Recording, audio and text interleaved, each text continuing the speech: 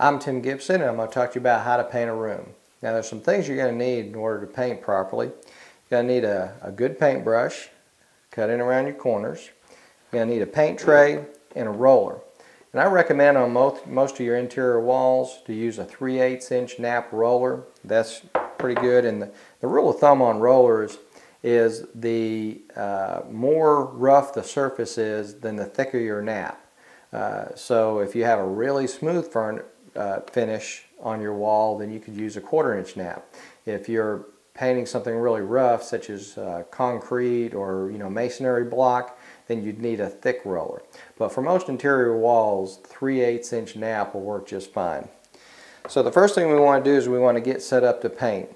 One thing that you'll need to tape off all the edges, such as your baseboard around your countertops, and then you'll also want to put some painter's plastic down.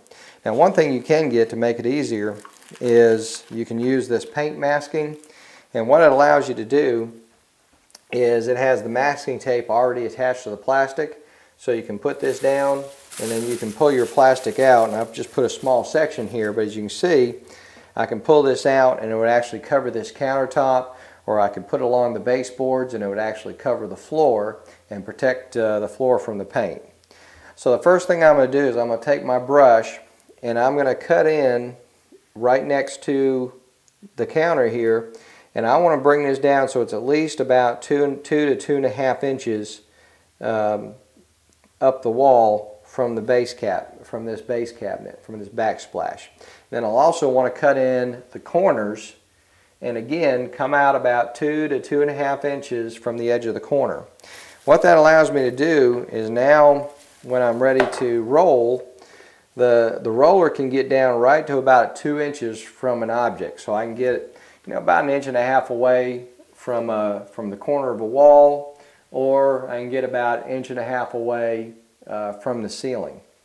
So the main part, and when we're rolling, we want to use nice smooth strokes, and when we're applying the paint, we want to put it on in a crisscross motion, and then we want to smooth it by overlapping, and we want to make sure we don't leave any thick streaks in the paint. We want to make sure that when we're rolling it on, it's nice and smooth.